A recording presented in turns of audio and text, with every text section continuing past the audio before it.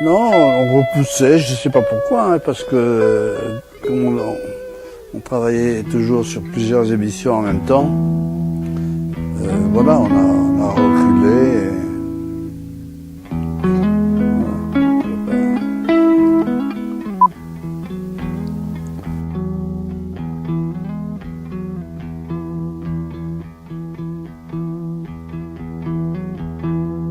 Ah, c'est un moment important, l'histoire du cinéma, à mon avis. Parce que c'est important, parce que c'est le moment, pour moi, Antonioni représente le moment où le cinéma découvre que son personnage principal, c'est le temps. Voilà. Et notamment avec le film qui a fait scandale, parce que à Cannes, c'est l'Aventura. Et il a fait scandale parce que le temps, c'est quelque chose d'insupportable. On ne peut pas regarder le temps en face. Et je pense que Antonioni, il a brisé quelque chose, il a touché à quelque chose. Et depuis, d'ailleurs, on est toujours devant le même problème. Comment filmer le temps? Il a découvert ça, hein, que son personnage... Et il n'a pas découvert du premier coup, hein, il a fait des courts-métrages, etc. Et je me souviens à Cannes, ça a été... la présence de l'Aventura à Cannes, ça a été une sorte de scandale. Une sorte de scandale. Les gens sortaient de la salle. Parce qu'ils ne comprenaient pas le film ou parce que justement... Oui, ils ne comprenaient pas ou sans les ennuyer. Dès qu'on touche au temps, on touche à l'ennui aussi. Et donc, voilà, surtout au cinéma, il ne faut pas toucher à l'ennui. Alors, Ça peut être aussi autre chose. comment? Le temps, c'est aussi la contemplation. Le cinéma japonais. Oui, si on veut, oui. Oui, pas forcément la contemplation, ça peut être la contemplation de rien du tout, du vide. Mais moi, c'est pas le film que je préfère, Blow Up. Ça, c'est le film que préfèrent les non-antononiens. Blow Up. Ah oui, non, c'est sûr. C'est sûr. Il faut expliquer là. Non, parce que l'histoire est très forte, il y a quand même quelque chose de très fort. L'histoire, elle se dilue pas comme dans l'Aventura. Les gens aiment bien avoir une histoire, voir les contours de l'histoire, etc. Mais ils n'aiment pas qu'il y ait un récit qui se dilue, on ne sait pas où il va. Non, le temps, c'est vraiment quelque chose qui dilue tout, qui s'attaque à tout, et donc qui est quelque chose d'insupportable.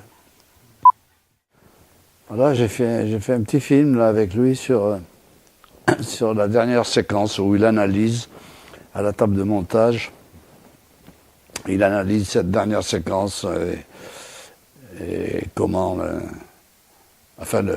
l'espèce de tour de prestidigitation qu'il y a à la fin du film, comment le personnage traverse une grille, etc. Il explique ça, voilà. Et c'est bien qu'il explique ça, parce qu'il démontre que c'est pas ça le film. Que simplement ça, c'est un moyen, et qui peut très bien expliquer, sans porter atteinte au film. Mais la première fois que j'ai rencontré, c'était à Cannes, au moment de l'Aventura. Au moment de l'Aventura, il y avait un tel scandale, etc. Il était avec, comment elle s'appelle, sa femme à l'époque. Comment elle s'appelle, qui joue dans l'Aventura. Et après la projection, ils sont allés se cacher dans la banlieue de Cannes, tellement c'était violent, quoi. Et Et je me rappelle, on a fait une sorte de pétition en faveur du film. Tous les gens qui défendaient le film ont signé cette pétition. Et la Nouvelle Vague n'aimait pas Antonioni, personne n'aimait Antonioni. Au Cahier du cinéma, personne n'aimait. Non seulement personne n'aimait, mais les gens étaient contre. Truffaut, Godard, tout ça, Romer, ils n'aimaient pas Antonioni.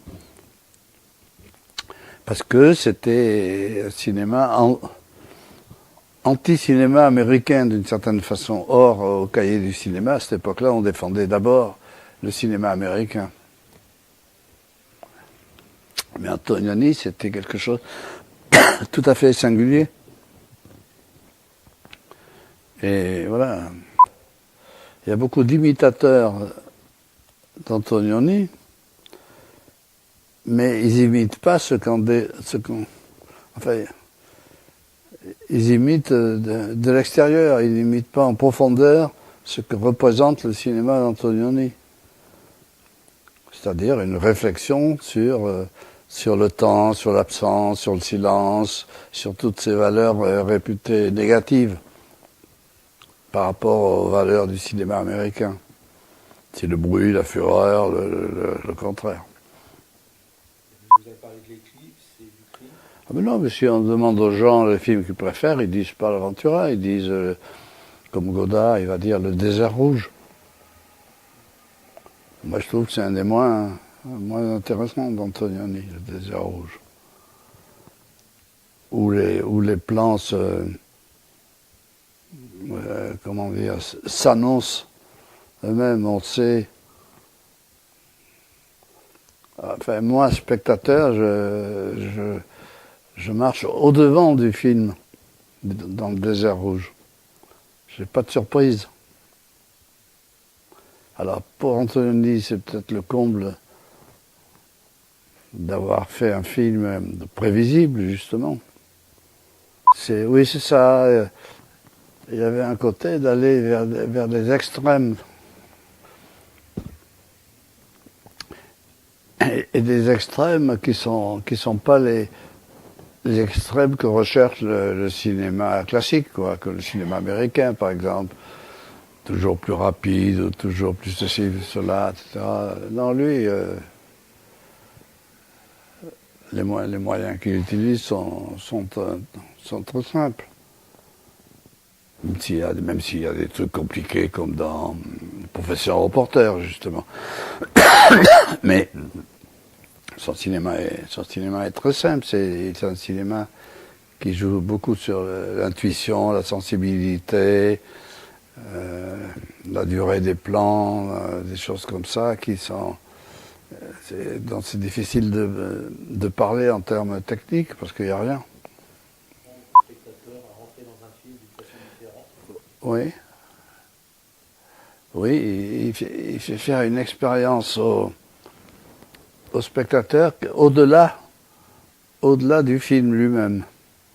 Parce que souvent, il y a beaucoup de films,